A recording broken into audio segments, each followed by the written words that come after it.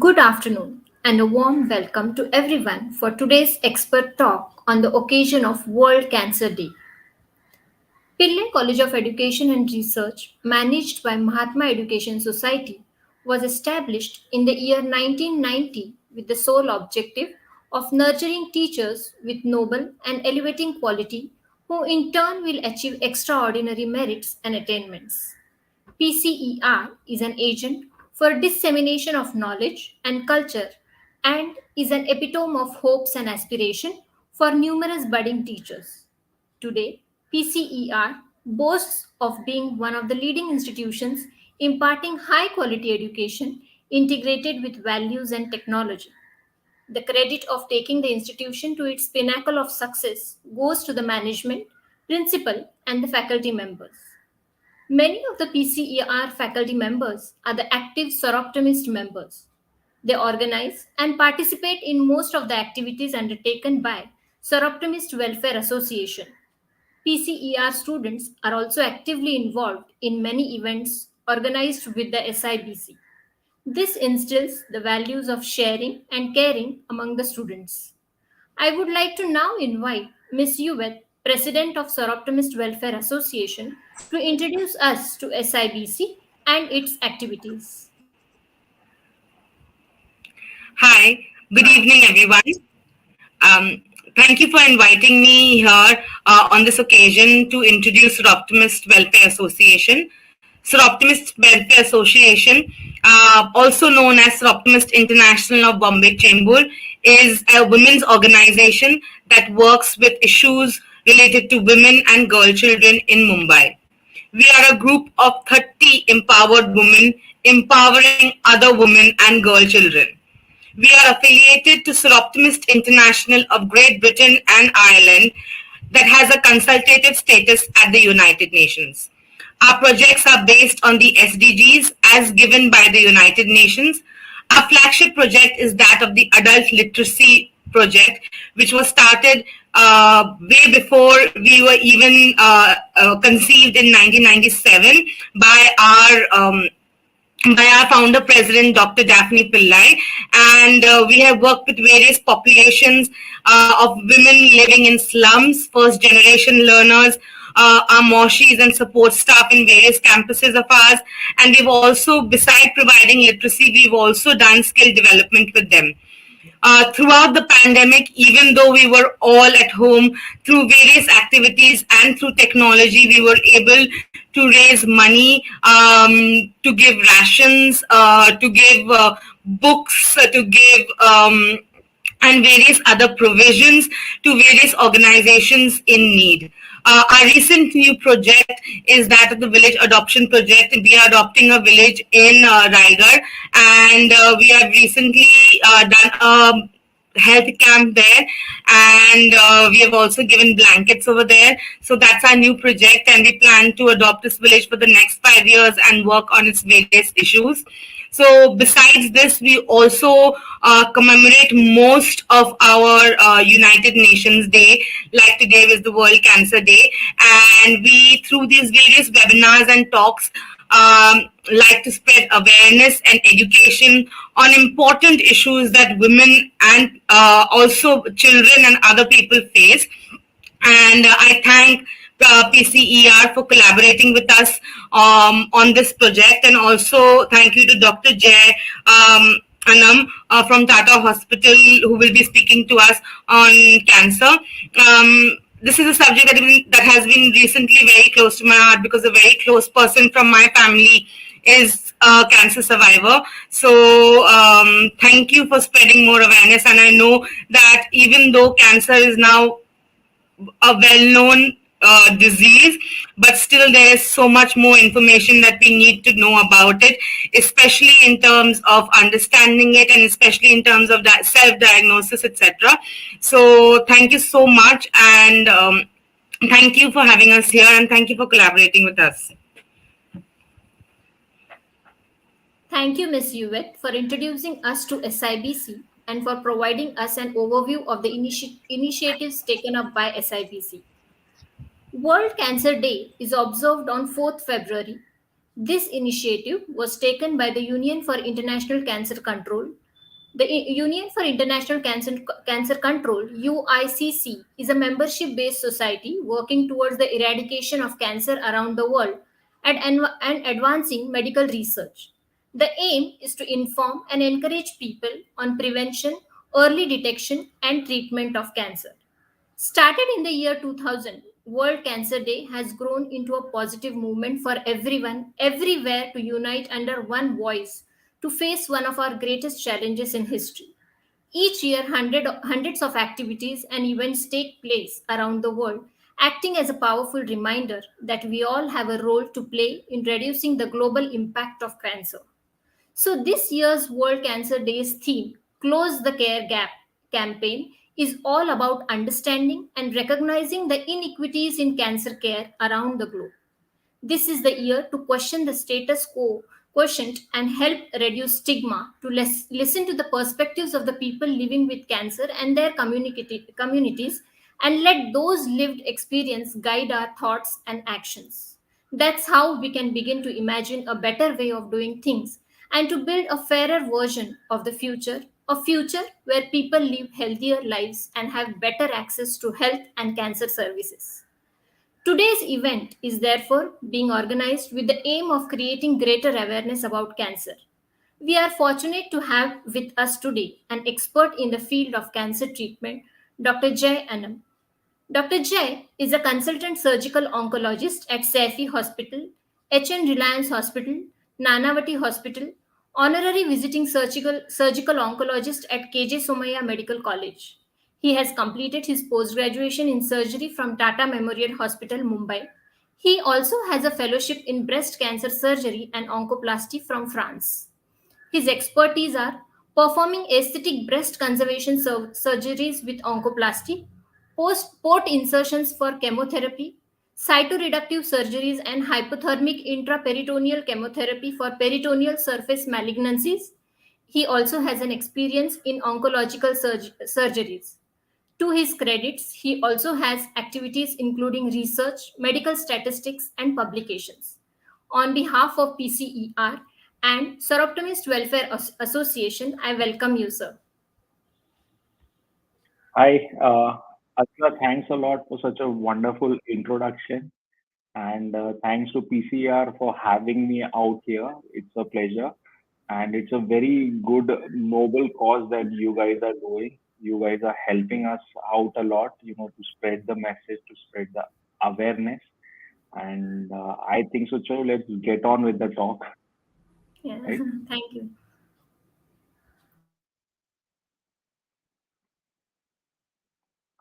Yeah, so I hope my screen is seen well. Achla, can you see Yes, my screen? yes, sir, yes, we can see. Okay, thanks a lot. So, hi, my name is Dr. J. R. Anam. I am a surgical oncologist, and today I am going to talk to you about breast cancer and cervical cancer. So, it's a small talk about awareness of these cancers. If at any point of time, if any questions are there, you can please write it down on the chat box. Or Achla, if you want, you can just stop me also and ask me the question. So let's get on with it. So, number one thing, uh, why should you know about cancer? It's a question in the mind of a common man that why should I know about cancer? Means cancer is something that's not going to come to me ever. Cancer will come to my neighbor, it can come to my friend, but it's never going to come to me. But still, you need to know about cancer because the earlier we find cancer, the easier it is to treat, and early detection can save lives as we we can cure that disease. So the crux of my talk is going to be that cancer awareness is the key. Few cancers like what I'm going to discuss today, the cervical cancer, can be prevented by vaccination also. We need to know about that. Screening is very useful in cancer of cervix, breast, and even colon cancer. it has been proved that because of these screening tests, the overall mortality has gone down, the overall cure rate has increased. So we'll discuss about screening in cervix and breast cancer. And the most important thing, you need to understand that cancer is curable if it is detected early. So only if we are aware about it, we'll know about it, we'll ask for help at an earlier stage and can even get a cure. So number one thing, why am I doing this? My purpose of today's talk is to educate you, to make you aware, to allay all your fears, and to try and solve your queries or myths. So let's start off. We start off with understanding that what is cancer. So cancer is a disease that is caused by uncontrolled division of abnormal cells in any part of the body. It can take place in any part.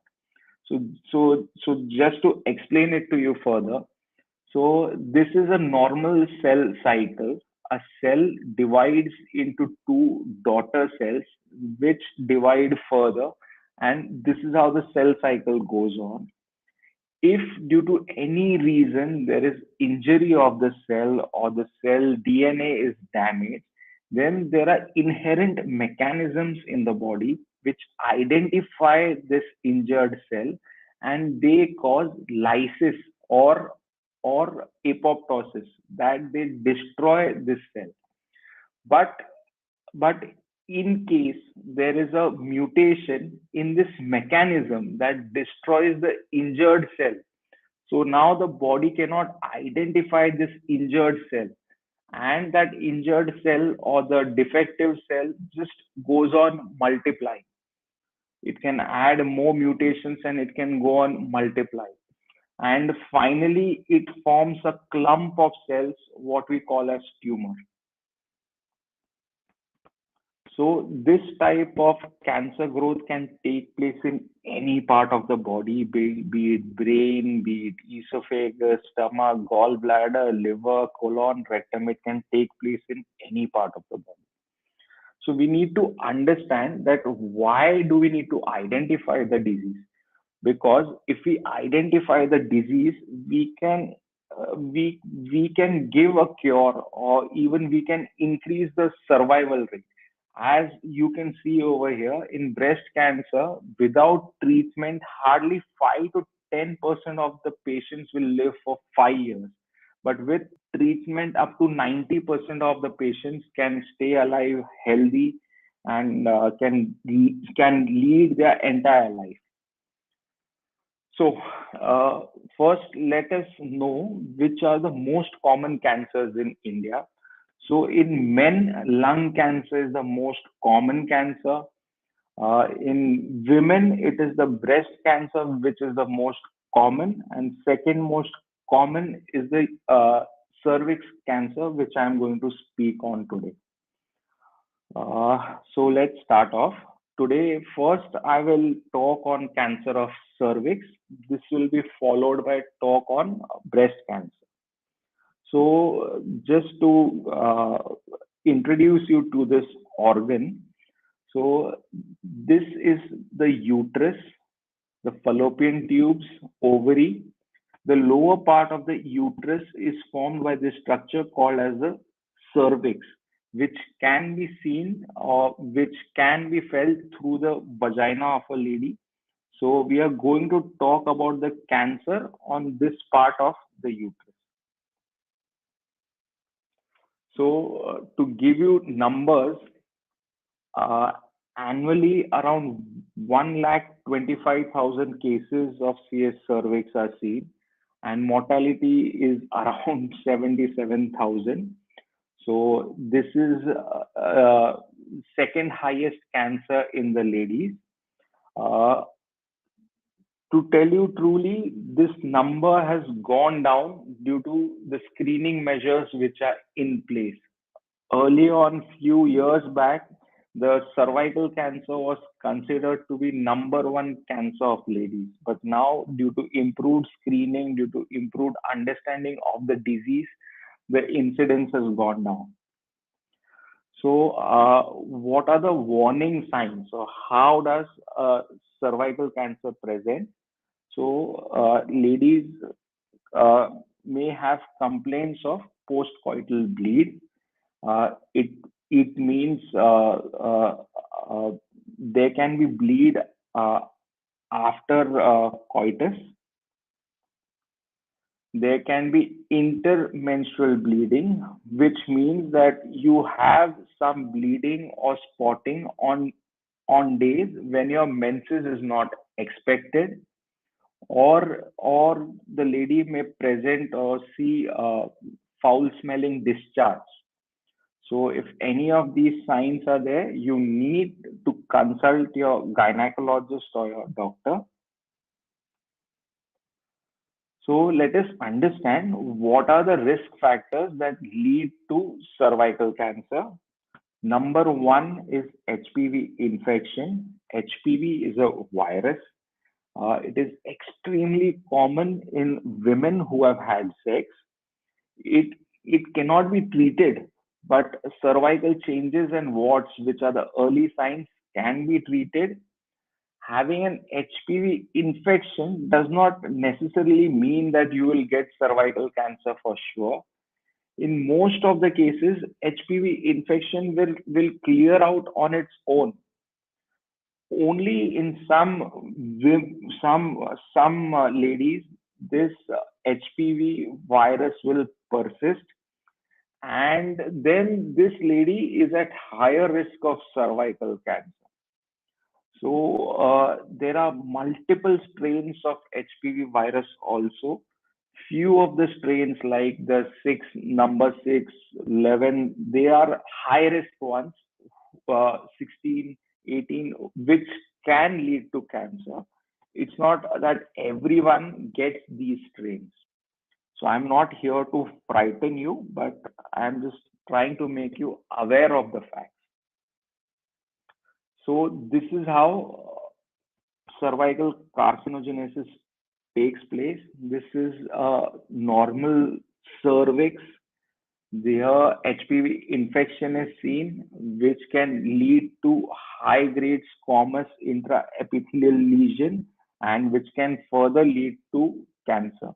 So it takes around 15 years for the entire process to go through it. So in between we have time. So at this stage, if we find that, by doing a pap smear, that HPV infection is there, we can intervene early, we can prevent cancer, we can uh, have a cure. So what are the other cervical cancer risk factors? Smoking. It has been seen that women who smoke are twice more likely to get cervical cancer. Early age of marriage, sexual intercourse, multiple childbirths at a very short interval. These all are risk factors. Then it has been seen that that women with poor genital hygiene are also at higher risk. Even cervical cancer is seen more commonly in ladies who have HIV infection, or due to some other cause, they have got a poor immune system. But now the number one cause of getting cervical cancer is ladies not getting screened adequately. So, what do I mean by this cervical cancer screening? So, a screening test is a test which is done on normal, healthy population who have got no symptoms.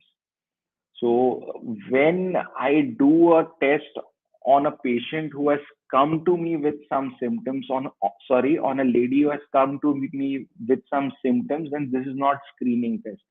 Screening test is done on healthy individuals. So what do we do in this screening test for for cervix? So in screening test of cervix, few cells from the cervix are taken and examined. So a cytology can be done whereby these cells are stained and seen under a microscope. This test is called as a pap test or pap smear or whatever. There are multiple names. Then these cells can also be checked for HPV infection. Sometimes we can do both cervical cytology and testing for HPV virus, that is called as co-testing. So this is how pap smear or cervical testing is done. So the lady, it can be done in OPD itself. You don't require admission. You don't require general anesthesia. The doctor will use an instrument and scrape few cells from your cervix, which are then stained. And after staining, we can know whether they are normal, abnormal. So these are the screening guidelines which are followed in India. So we need to understand that ladies who are lesser than age of 21, no screening or no pap smear is recommended for them. Ladies who are 21 to 29 years old, they can undergo just pap smear testing once in every 3 years. For ladies from the age of 30 to 65, they have got two options. One, continue doing pap smear once in 3 years, or the second option is co-testing, doing a pap smear and HPV testing every 5 years. Uh, it has been seen that in ladies who are more than 65 years, if their earlier last two pap smear reports were normal, they don't need any further screening. Then, if an abnormality is found in the pap smear, we advise a biopsy to confirm the diagnosis. In biopsy, a small part or representative section from the cervix is taken. It is uh, it is sent to a histopathology lab where the diagnosis is confirmed, and then we need to do few staging investigations. Staging investigations can be in the form of a CT scan or MRI, after which treatment is planned. Treatment for cervix can be surgery, radiotherapy, or chemotherapy, or a combination of any two or three of them. So, according to the findings of the staging, we according to our investigations, we can stage the disease in this way. Early disease is stage 1 and 2A, advanced disease and metastatic disease. For early disease, surgery is enough. Sometimes after surgery, we need to give radiation also. For advanced disease, we give a combination of chemotherapy and radiation, while in metastatic disease, it's more of palliative treatment that we offer. So now let us understand that what you can do to mitigate your risk. So we need to, if we can, we need to avoid being exposed to HPV virus. So it has been seen that certain types of sexual behaviors increase the risk of genital HPV infection. So we need to avoid those.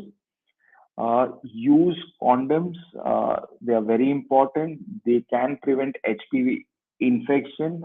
Not only HPV, but many types of sexually transmitted diseases can be avoided by simple use of condoms.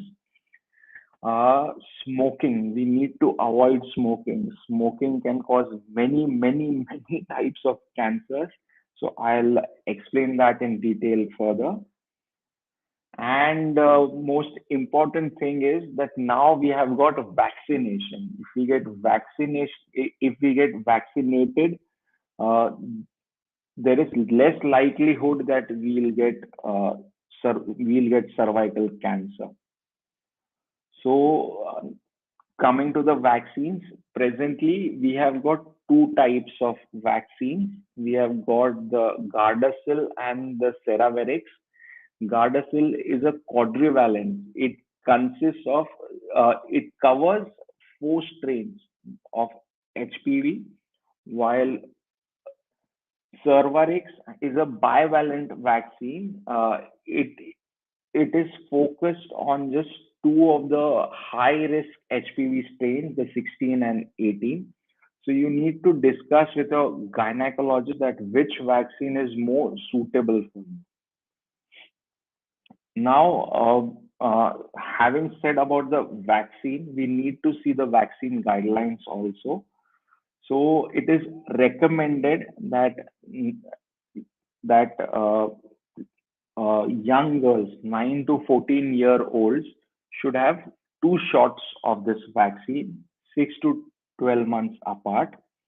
For ladies who are from 15 to 26-year-old, it is recommended that they should take three shots of vaccines at 0, 2, and 6 months. But this vaccine is approved for ladies up till 45 years of age. So you need to speak to your doctor that what is the appropriate, dosage for you. Further, what you can do is get yourself screened. So at least going ahead for a pap smear, it's a very well proven test that can prevent cervical cancer, as it is capable of finding pre-cancers, and we can get treatment, adequate ideal treatment for pre-cancers, and avoid it leading to cancer which may not be curable. So that's it from the cervical cancer. And I would like to introduce you to my team. So we are a team of oncosurgeons. This photo has got just 5 of us, but now we are 8 of us in the team, and we try and we try and do organ specific work. Now I'm doing just breast cancer. My colleague Dr. Anchan is there, who is doing bone cancer surgeries. My colleague Dr. Sanket Mehta is there, who is more into GI and ovarian malignancies. Dr. Nilesh Choradia is there, who takes care of the lung and the esophagus cancer. Dr. Praveen Kamar is there, who is who is doing minimal access surgeries for the GI cancers. And I'm not too sure if this small video will work. Is the video seen? I think so. Let's avoid it.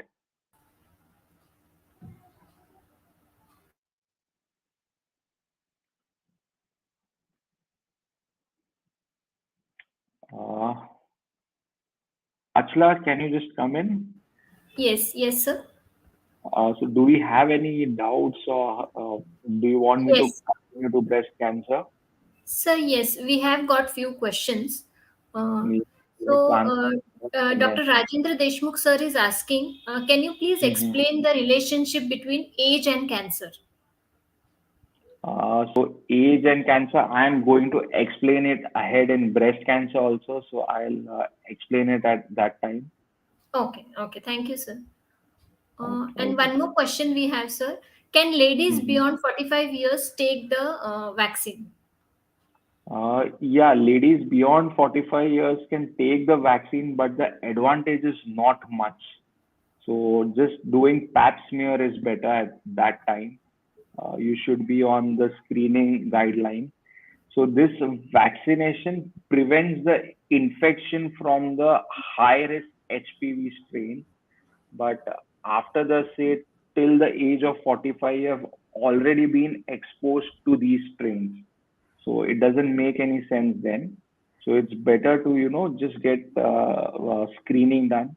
Uh, till now we don't have data that says that vaccination after the age of 45 is also beneficial. So it's not worth it right now. Maybe few years down the line we'll have much more data and we may offer vaccine to those who are more than 45 years old. Okay. Thank you so much, sir, for addressing the questions. Yeah. Okay. Okay. So now I'll go ahead with.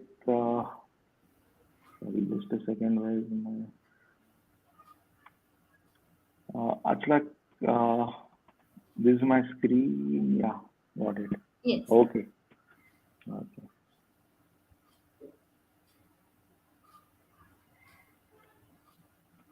Just a second. I'm facing some problem.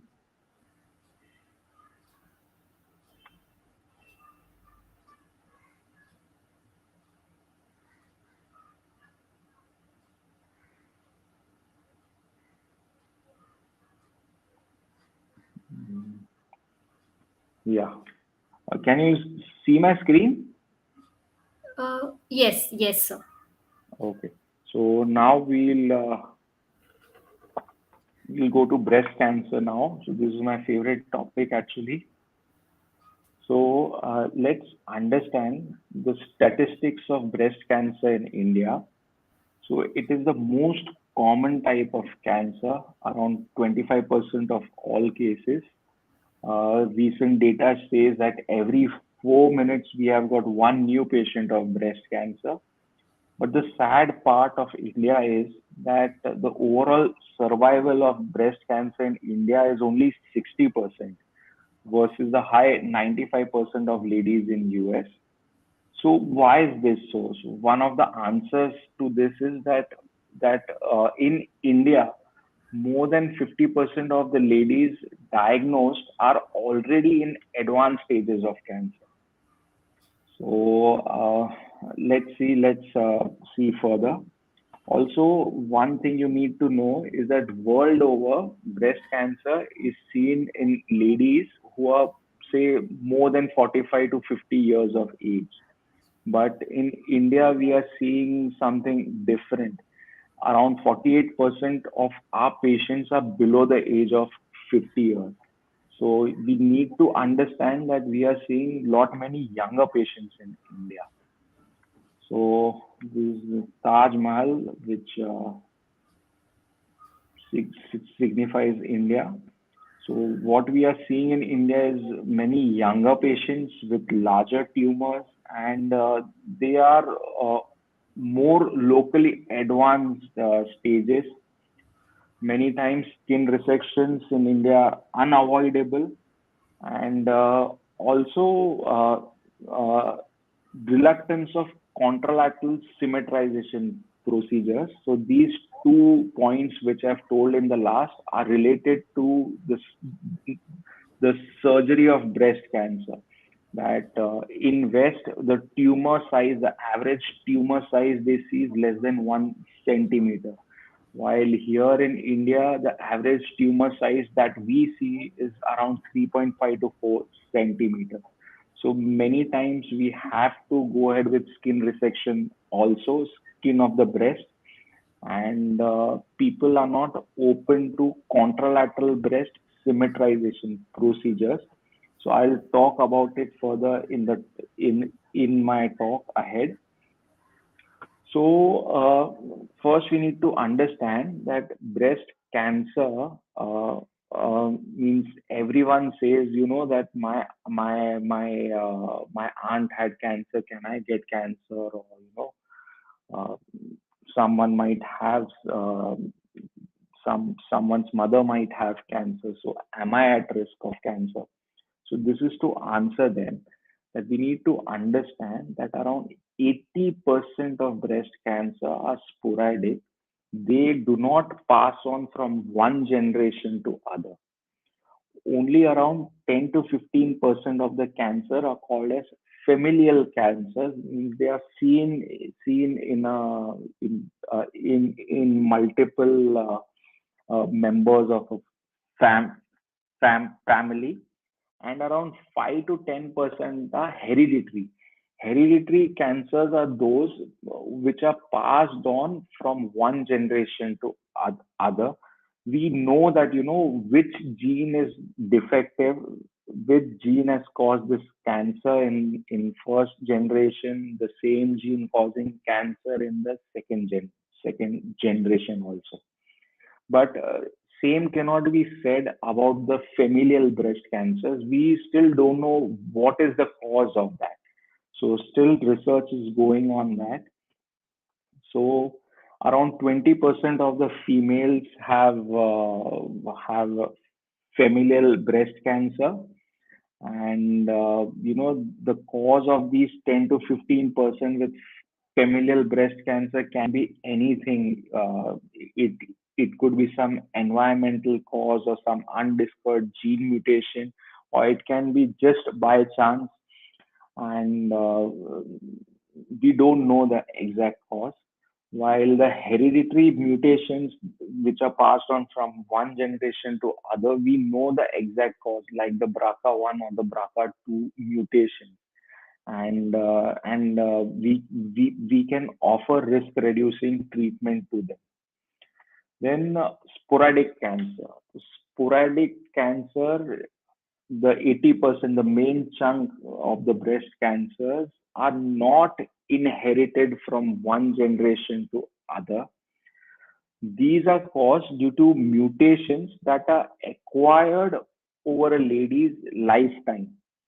So, if many times I get ladies who are 50 years or 60 years and they ask me, sir, why have I got cancer? So that's what, I tell them that it's impossible for me to pinpoint at one cause. They want to know what have I done wrong in life that I have got cancer. So that's what we need to understand in breast cancer, except for the hereditary ones where we know, that, the BRCA1 gene mutation, BRCA2 gene mutation is there. We don't know the exact cause. We believe that it is multifactorial, and we have now identified the risk factors which increase your risk towards cancer. But it cannot be said that these risks are there, hence you are definitely going to get cancer. It's not in such a way also. But if these risks are there, you are at a higher chance of getting cancer. So as I was saying, so these risks are divided into two forms: the modifiable forms, which can be altered by us by change of habits, change of lifestyle, and the non modifiable forms, which are not under our control. So, here the question that was asked to me about the age. So, one of the non modifiable risk factors is the female gender itself. I would like to inform you that out of 100 cases of breast cancer that we see, 99 of them are seen in ladies, but 1% is seen in males also. So it is not that breast cancer is just a disease that can cause to ladies, but men can also get breast cancer. So here we understand that that female gender is at higher risk of getting breast cancer. Then it has been seen that as we age, the risk of cancer increases. So as I told you earlier, the sporadic cancer, it is attributed to the mutations that are acquired over a person's lifetime. So as we age more, as there's more wear and tear, as there is more, cell divisions, chances of getting mutations are higher, and this can cause cancer.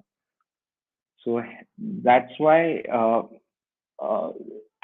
as a lady ages, or as her age increases, the risk of getting cancer is higher.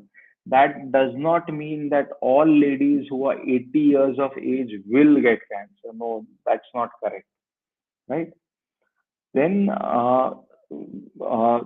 one of the non-modifiable risk factor is we cannot change the genes that we have got from our parents. And one more non-modifiable risk factor is hormonal factors. So which hormonal factors are these? So it has been seen that breast cancer is more common in ladies who attain menarche or starting of their menses at a very early age, or who get regular menses till older age also. So these hormonal factors are not under our control. These can lead to breast cancer. Now let us know the modifiable risk factors. So number one is obesity. It has been seen that ladies who are more obese, or ladies who put on weight in post-menopausal period, are at higher risk of breast cancer. Sedentary lifestyle, lack of exercise is also a known cause of breast cancer. Pregnancy and breastfeeding. Breast cancer is more common in ladies uh, who have never had any childbirth versus those who have had one childbirth prior to the age of 30. Also, breastfeeding it has been seen that breast cancer is more common in ladies who have never given breastfeeding. Then hormone replacement treatment. This is usually used in postmenopausal ladies to allay their symptoms many times. Hormone replacement treatment are prescribed, but these lead to breast cancer. Birth control pills also. There is some data to there is some data to suggest that birth control pills can also lead to breast cancer.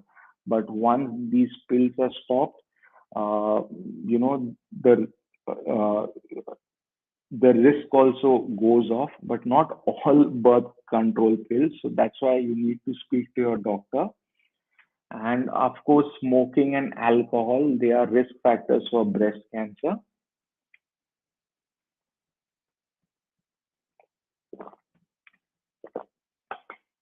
Yeah, so now let's go to signs of breast cancer. Cancer presents mainly as a painless breast lump. Sometimes there can be dimpling of the skin texture of color, may change. Sometimes the nipple can get inverted, and many a times there can be a red or bloody nipple discharge. So these are the signs of breast cancer. So if these signs are seen, you should see your doctor at the earliest. And in advanced breast cancer, where it has spread to other organs also, sometimes the patient may present with a bone pain. Then when investigations are done, we realize that it's metastasis from the breast cancer. Sometimes the skin over the breast can get ulcerated, or sometimes can find, a lump below her arm that is causing her pain, and then she has come to me.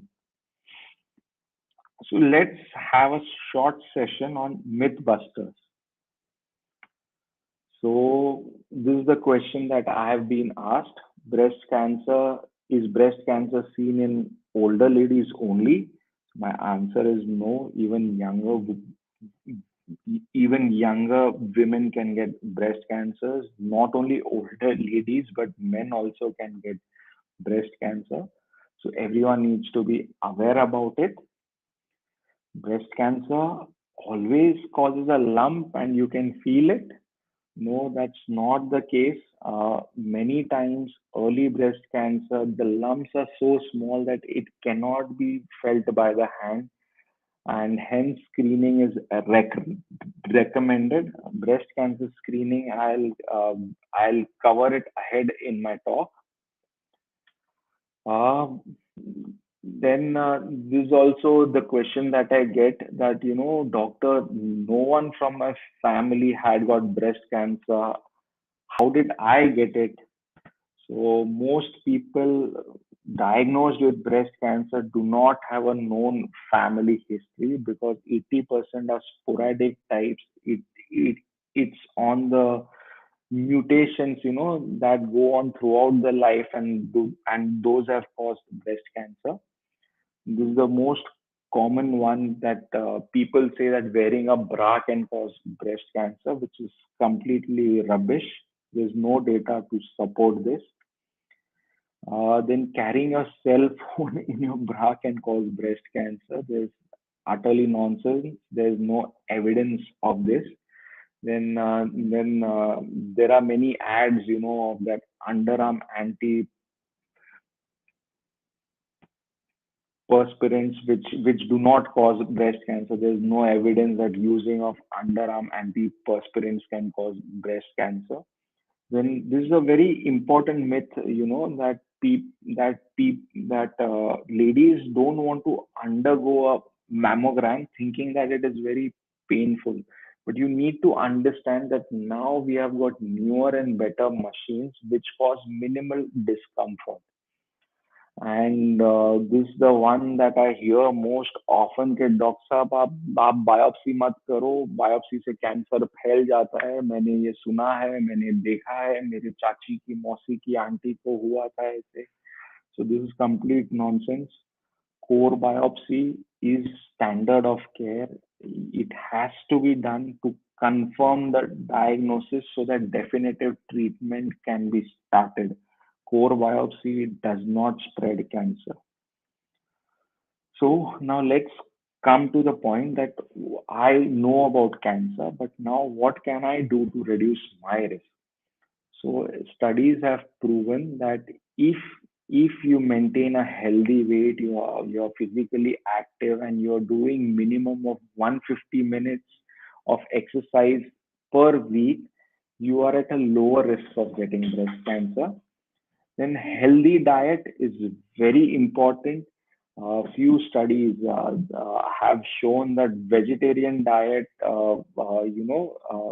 is very good, and there's a controversial study, of course, and that non-veg food can cause breast cancer. There is no data to support that, but there's data to support that you should avoid junk food. You should have healthy diet so that you maintain your weight, and that's better. Then alcohol can cause so many types of cancer. It can cause the mouth cancer, esophagus, colon, rectum, breast, so many. So you need to avoid your alcohol to reduce the risk. Then smoking, as I told you, smoking can not only cause breast cancer, but it is one of the most important causes of mouth and oral cavity cancers, which are seen rampantly in India. It can cause throat cancer. Not only cancer, it can affect your heart. It can affect your stomach, liver. It is something that is easily avoidable. We are not missing out anything in life if we stop smoking. So that is what you should know. Then about hormonal replacement therapy and birth control pills, it is better that you discuss with your doctor that is it necessary for you? Are there any alternate medications possible? And if possible, you should avoid these things. Uh, so next thing that you need to do to mitigate your risk is you need to do your breast self examination. Breast self examination should be done once a month. It is usually advised to do a week after your menses have stopped.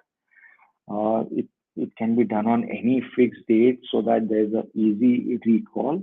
And the two basic principles that you need to know, that you need to look and you need to feel yourself. So this is how it is done. So first, let's understand what to look for. We need to look for any changes in the texture of the skin, We need to look for any, abnormality of the shape of the breast.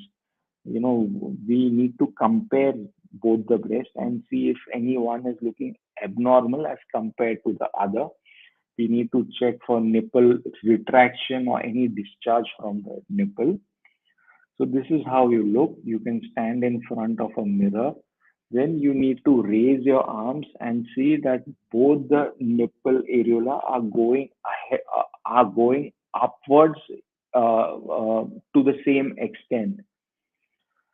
Uh, then you need to bend forward and see that both your breasts are falling ahead to the same extent. In cases where there is breast cancer, the affected side may not fall fall as much as compared to the normal side. Then to feel it is better to lie down comfortably with your one arm raised on your head. You can feel first the axilla, then you can feel your breast. It is important to go uniformly so that you cover the entire breast, you feel the entire breast, and once you get used to it, you will detect any abnormalities also. So it is very important to feel your entire breast in a systematic way so that you don't miss out anything. If at any place you feel a lump, or you feel some pain, you can meet your local doctor, or of course you can contact me. So what is the doctor going to do? The doctor will do a clinical breast examination. He will then suggest few investigations, which are the imaging investigations, and if any abnormality is found, then a core needle biopsy. So let's take each one of them. So mammography. So the first investigation for any abnormality of the breast is mammography. This is a mammography machine. This is how the breast is placed in between the two X-ray plates, and this is how a X-ray picture is seen. Uh, it is important to understand that mammography should be complete. It should be X-ray and sonomammography at the same time, because they both, help the doctor to come to a final diagnosis. So I get many ladies who have undergone just a sonomammography, which is completely wrong. So you need to do a X-ray mammography as well as a sonomammography. So all ladies above 40 years of age, we need to do a X-ray and a sonomammography. In ladies who are younger than 40 years, many times the breast is very dense. So X-ray mammography is not helpful for them. And for them, sonography is done, and then maybe a MRI of the breast. I'll talk later. So, world over, say in US and UK, there are guidelines where a screening mammography is offered to all ladies after 40 years of age. So, you need to understand that screening mammography means mammography done on a normal, healthy lady. So, it's a part of the annual screening program where every lady, the government pays for it, mammography is done. So why is it important? Because screening mammography can detect lesions as small as lesser than 1 centimeter also, which can never be palpable to the hand. So these lesions are picked up at an early stage, biopsy is done, and treatment is offered so that there's a high chance of cure. So we need to understand that mammography saves lives. Now I get many patients who have got mammography done from outside. So many times the quality of the X-ray mammography is so bad you cannot see the difference. So just to show it to you, this is a 2D mammography image. I don't see any abnormality in this versus Now I've got a 3D mammography done. I can clearly see a lump. So retrospectively going, I can see, oh, something is wrong over here, but this could have got missed very easily. So not only doing mammography, but it is important to know that from which place are you doing mammography, how good is the machine. Uh, T is not the same everywhere. So this is the sad part of our country, that we don't have good mammography machines even in a premier city like Mumbai. So now, when is an MRI indicated? So here you can see that this lady had got very dense breast, some abnormalities there, but which cannot be seen well. So in these ladies, I will need a MRI to confirm the deformity, to plan the treatment, and then to take the things ahead. So MRI is indicated in younger ladies who have got dense breast, and it is also indicated in screening of ladies who are at higher risk of cancer, like those with BRCA1 or BRCA2 gene mutations. So in them, MRI is indicated. Now, let's understand that what happens when a abnormality is found. So there are two options, either a FNAC or a core biopsy. So this is how a FNAC is done. FNAC stands for fine needle aspiration cytology. So here the doctor will use a small syringe and a needle, and the needle is pushed into the lump 2 or 3 times, and then we get a yield of cells, small cells, very few of them, versus a gun biopsy or a core biopsy. This is how a core biopsy gun is there. Gun, because it's a automated thing, it has got a spring action. So when we keep it on the lump, it goes inside the lump and gets out a piece of that tumor. We can actually get a piece, not just few cells. Hence, we need to understand the difference between a FNAC and a gun biopsy. For FNAC, it is done with a very fine needle, while a gun biopsy, a thicker needle is used. In FNAC, we can get only few cells and only cytopathology is possible. While over here, by doing a gun biopsy, we can get a part of that tissue. We can go ahead with histopathology. We can know what type of tumor it is, you know and a gun biopsy specimen can identify or can differentiate between a pre-cancer and a cancer. So that the treatment options are different for both. And also we need to understand that for FNAC cytopathology, we need very experienced pathologists, and the sensitivity and specificity of FNAC is much lower than that of a gun biopsy. So FNAC should be avoided. We should always go for gun biopsy because that gives us precise answers. Then one more question that I come across is, doctor, why aren't you doing a PET scan for me? So we need to understand that PET scan is not indicated for all types of cancers. And what exactly PET scan does? PET scan just shows us that in which part of the body cells are multiplying very fast. So this fast multiplication is not only seen in cancer, but it's seen in infections also. It's seen in normal cells also, like those of the brain and the small intestine. So we need to understand that, and the PET scan is done only to check if metastasis, if this cancer has spread to any other part of the body. So in breast cancer, we have got specific indications when we advise a PET scan to the patient.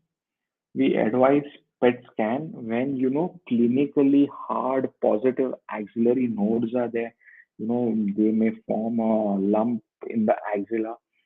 We advise PET scan when the size of the breast tumor is more than 5 centimeters.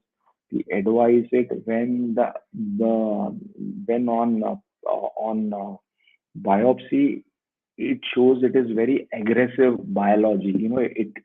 It may be smaller than 5 centimeters, but it may be a high grade TNBC. So if I am offering a curative treatment, I would want to know, I'd want to make it sure that the tumor is not spread anywhere else. And sometimes few lab tests are done, like the LFTs, which may be abnormal, and they may indicate a soft indicator towards the cancer must have spread to some other part of the body. So better to get a PET scan done. So that's about PET scan. Now, I would like to touch upon in very short about we need to understand. Means I have been asked this many times, कि, sir, ये breast cancer male है क्या female? So I don't know of any such thing male female, but we divide breast cancer uh, into four different types. Most of the cancers are invasive ductal carcinomas. So these IDCs or invasive ductal carcinomas are divided into four types: luminal A, B, the HER2 positive, and the basal cell like. So these A, B, and this division is based on the receptors which are present. So these receptors will guide the further treatment. So this is about it. Then the breast cancer can be staged as 1, 2, 3, or 4. When we find a patient with precancerous lesions like the ductal carcinoma in situ, it is staged at stage 0. So the overall survival for stage 1, of course, it's a maximum 98 to 99%. For stage 2, where the tumor is 2 to 5 centimeters, is around 93%. For stage 3 or the locally advanced, it's still high 70s.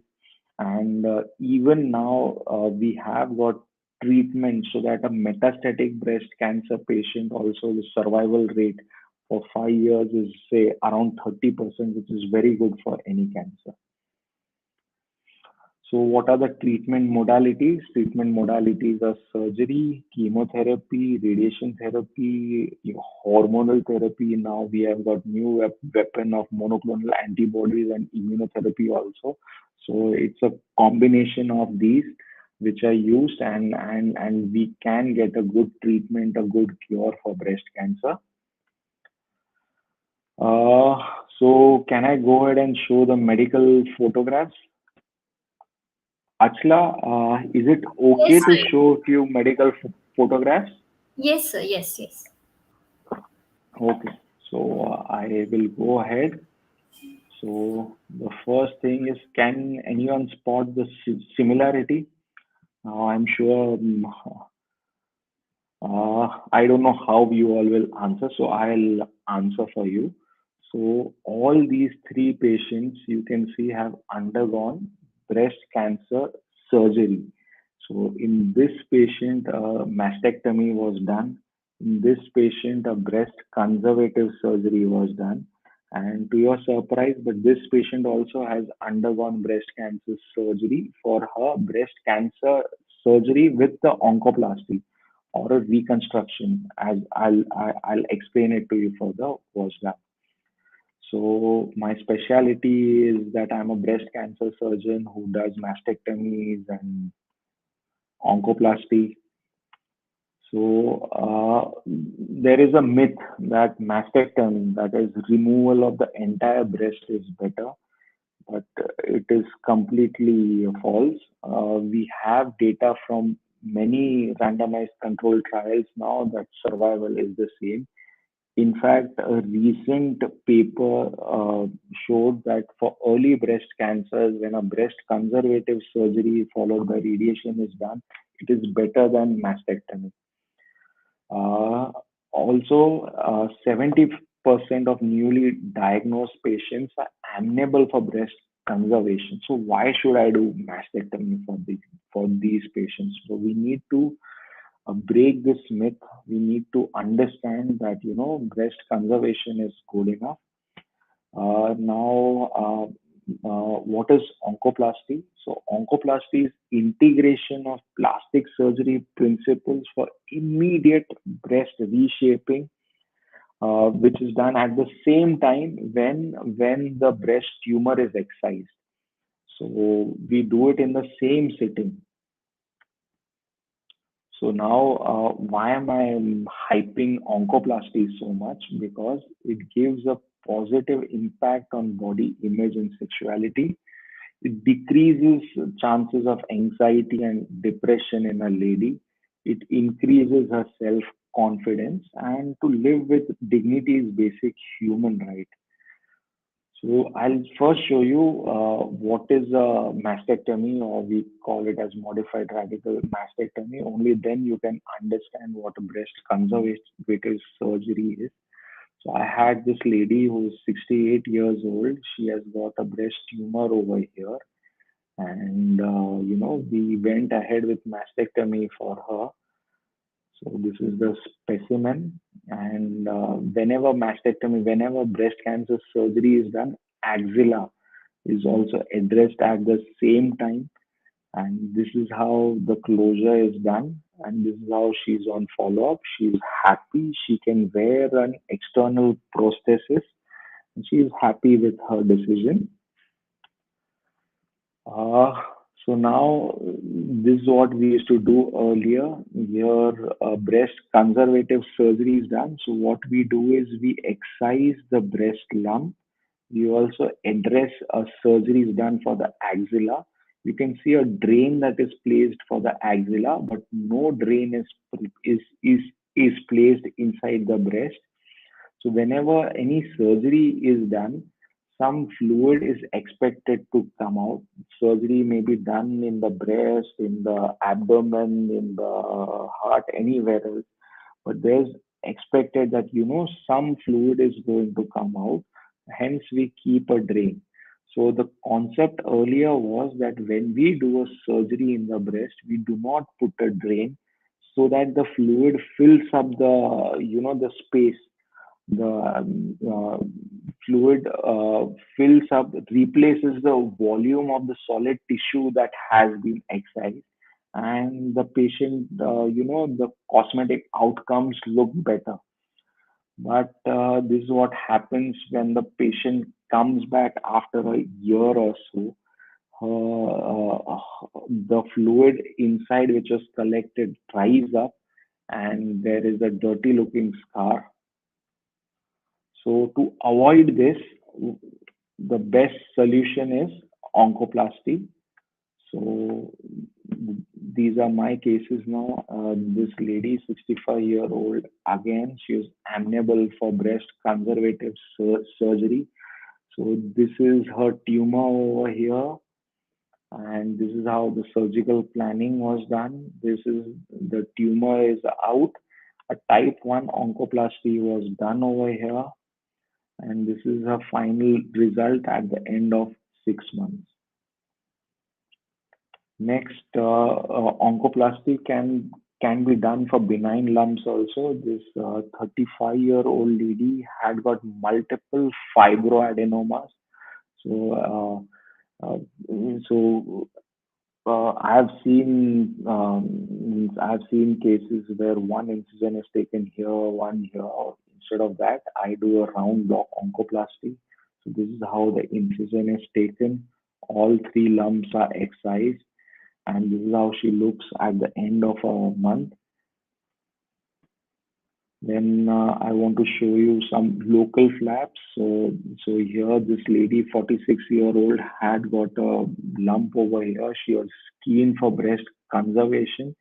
So this is how this part was excised. So here, you can see her ribs over here. So I've gone till the ribs so as to get a good base so that the entire tumor is out. And then a small plastic surgery, the oncoplasty was done, and this flap was put inside. So this is how she looks at the end of the surgery, and this is how she looks at the end of 6 months. Then, then in certain cases where we know that the patient is BRCA1 gene positive, we offer a risk reducing surgery for the contralateral side also. So this lady, 34-year-old, had got breast cancer of the left side, and BRCA gene testing was done, and she turned out to be BRCA1 positive. So what we do is we do a skin sparing mastectomy of the left side. Axillary clearance is also done for her. Right side only skin sparing mastectomy was done, and then we used her own abdomen. So the skin, the subcutaneous fat, and the blood vessel supplying to that fat was harvested from her abdomen. Since she was BRCA1 positive, from this incision itself, I went ahead and excised her fallopian tubes and the ovaries. And this is how the final result looks. We have got a bilateral breast reconstruction from that part, that of her abdomen. The abdominal scar, you may find that it's such a huge scar, but this scar is a hidden scar which gets hidden in a pant line actually. Then I would like to touch upon a small topic of surgery of the axilla. We need to understand that whenever we have any sort of infection or cancer in the breast, it spreads, it can spread to the body. So this spread is stopped by the nodes, the axillary nodes. So they stop the spread of any infection or any cancer to the entire body, and they absorb these cells. So whenever a breast cancer surgery is done, we need to address these axillary nodes also. So these axillary nodes are divided into level 1, 2, and 3, depending on the extent of the pectoralis minor muscle. So to tell you in short, there are three levels: 1, 2, and 3. So it's very easy for me to clear all three levels. But when an axillary clearance is done, chances of getting edema in the upper limb, the ipsilateral arm, is little bit higher.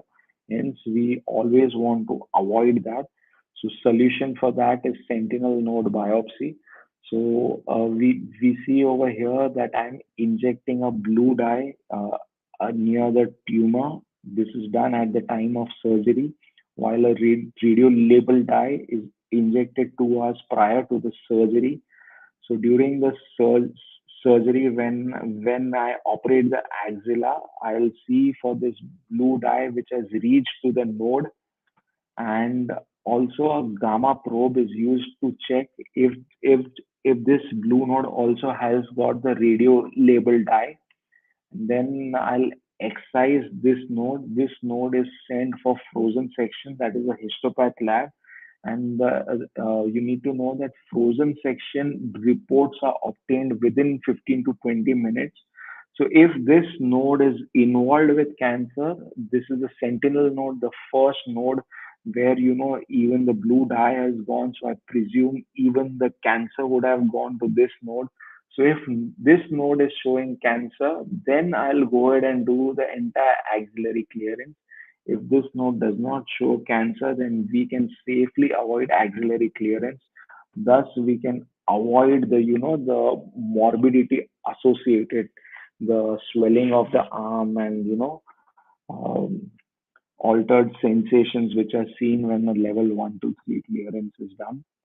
So you also need to know that breast cancer surgery is now a daycare surgery, And we also use various types of nerve blocks or the breast blocks, which gives a completely pain-free experience. So, take-home message from this breast awareness talk is that awareness is the key to early diagnosis. 5 years survival of early breast cancer is around 99%, and breast conservation is possible for most cases with equivalent oncological outcomes. And but the most important thing is that to live with dignity is the basic human right. Getting breast cancer is not end of life. There is lots of treatment, good treatment. There is good cure available at your disposal. So that's it. Thanks a lot. I'm ready to take any questions or any doubts or any feedback about the talk. Yes, sir. Thank you so much, sir. We have a question. Is Mhm. breastfeeding related to breast cancer? If mothers don't breastfeed, are they prone to cancer? Yeah, so there are various studies which have shown that when breastfeeding is done for say over a year or so, it reduces the risk of breast cancer. So one of the reasons attributed to this is that when when breastfeeding is going on, at that time for few months you don't get your menses, so overall exposure to estrogen hormones and all is lesser. And also the main, the main purpose of the breast is breastfeeding. So once the breastfeeding is done, the cells of the breast have also undergone full maturation. So it has been seen that ladies who have breastfed for over a year are at lower risk of getting breast cancer. So you need to also understand that this does not mean that if you don't breastfeed, you will get cancer for sure. Thank you, sir. Thank you so much for the extensive talk. There's a Mhm. lot that can be done at an individual, community, and policy level with the right strategies for cancer prevention. That is what we have understood from today's talk. Taking the time to understand what you, your family, and your community can do to make a difference can have a huge impact. As we come to an end of this informative and engaging session on the occasion of World Cancer Day, on behalf of PCER and SIBC, I would like to express my heartfelt thanks to Dr. Jay for accepting our request to deliver the talk today in spite of his busy schedule and for providing valuable insights on breast and cervical cancer, which will surely help in raising the awareness about early detection, prevention, and care, including surgical options for treatment of cancer. I would also like to thank SIBC, the management of MESS PCR, Chembur, Dr. K.M. Vasudevan Pillai sir, Dr. Daphne Pillai ma'am, and all the other members of management for supporting and motivating us in taking such initiatives and practices. I would also like to express my heartfelt gratitude to Dr. Rennie Francis ma'am, Principal PCER Chembur, for giving me an opportunity to host today's event and for being the guiding force in all our activities. I would like to take this opportunity to thank Ms. Hewitt, President SIBC, and all the faculty members of PCER for their wholehearted support in organizing today's event. Last but not the least, I would like to thank the audience. I am sure the wealth of information and knowledge shared by Dr. Jay will benefit each one present today. Thank you. Thank you, sir. Thank you. Thanks a lot. And thanks a lot to all the audience also. I have spoiled the afternoon nap today, but I'm sure it's worthwhile. Thank you. Yes, yes, definitely. Thank you, sir. Thank you. Bye.